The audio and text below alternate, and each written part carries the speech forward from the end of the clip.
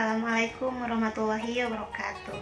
Perkenalkan, nama saya Anggi Siti Solihat dari Fakultas Tarbiyah Program Studi Pendidikan Agama Islam semester 3. Di sini saya memenuhi tugas ujian akhir semester mata kuliah Sejarah Peradaban Islam. Dosen pengampu Bapak Muhammad Yusuf Saifullah Jamal MAG. Di sini saya akan membahas tentang peradaban Islam pada masa Rasulullah SAW. Langsung aja kita simak materinya. Sebelum masuk ke materi inti, di sini saya akan memaparkan atau menjelaskan sedikit tentang riwayat hidup Rasulullah SAW. Rasulullah SAW dilahirkan di tengah kabilah besar Bani Hashim di kota Makkah pada hari Senin 12 Rabiul Awal bertepatan dengan tragedi pasukan bergajah yang bertepatan pada tanggal 20 atau 570 Masehi. Secara historis, perjalanan hidup Rasulullah SAW sebagai misi pembawa risalah yang mulia. Itulah cerita singkat riwayat Rasulullah SAW atau kelahiran Nabi Muhammad SAW. Sekarang kita masuk ke materi inti, yaitu tahapan dakwah Rasulullah SAW dibagi menjadi dua fase, yaitu fase dakwah Nabi SAW di Makkah dan fase dakwah Nabi SAW di Madinah. Yang pertama yaitu fase Makkah.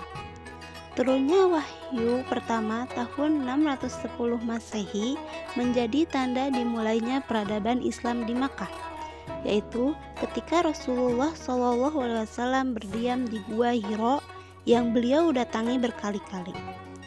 Wahyu pertama tersebut ialah surah Al-Alaq ayat 1-5.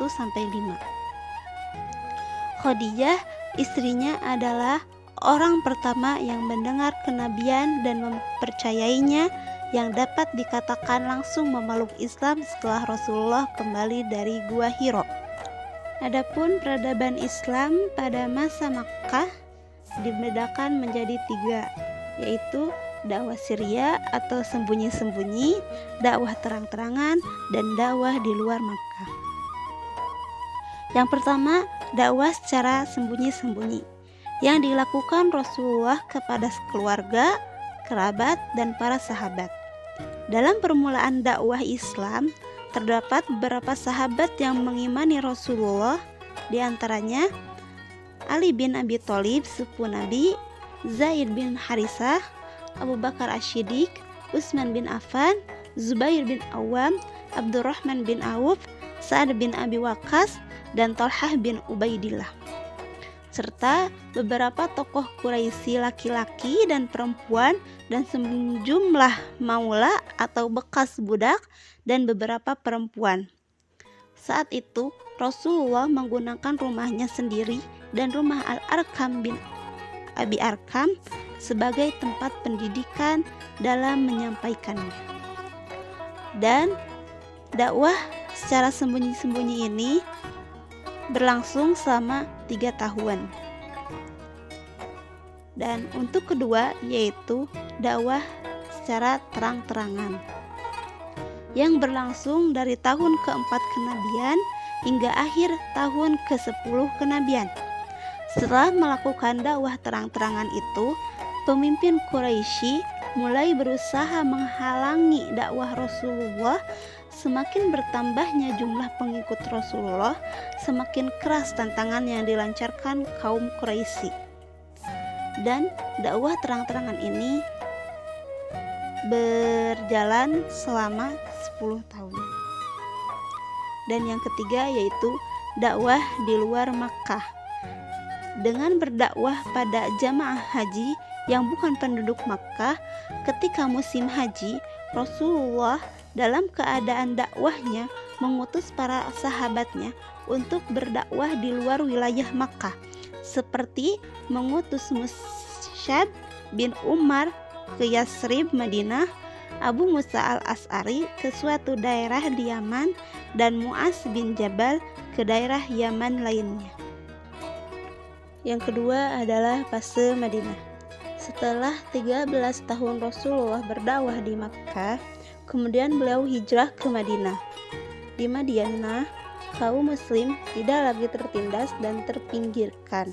Di sini, kaum muslim akan mengubah Madinah jadi suatu peradaban yang maju dengan serangkaian tatanan politik, sosial, dan ekonomi Rasulullah yang menginspirasi.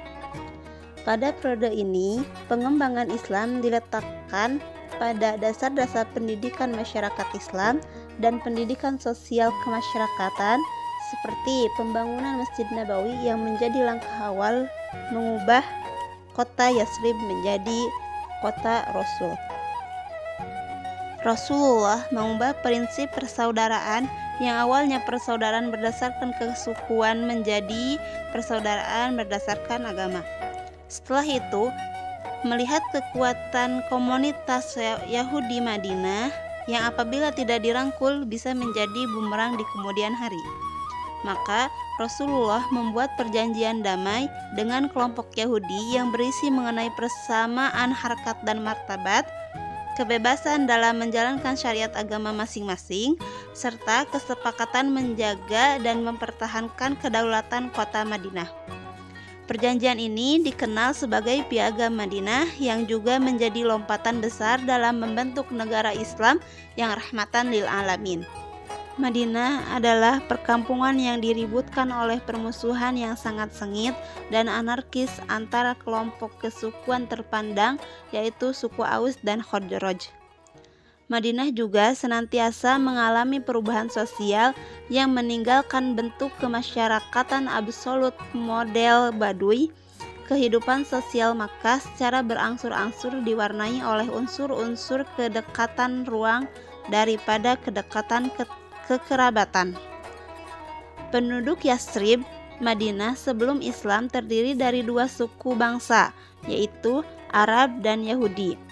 Yang keduanya ini saling bermusuhan karena kegiatan dagang di Yathrib dikuasai atau berada di bawah kekuasaan Yahudi. Sekian pemaparan materi yang bisa saya sampaikan. Mohon maaf jika ada kekurangan atau ada kesalahan. Dan terakhir, wassalamualaikum warahmatullahi wabarakatuh.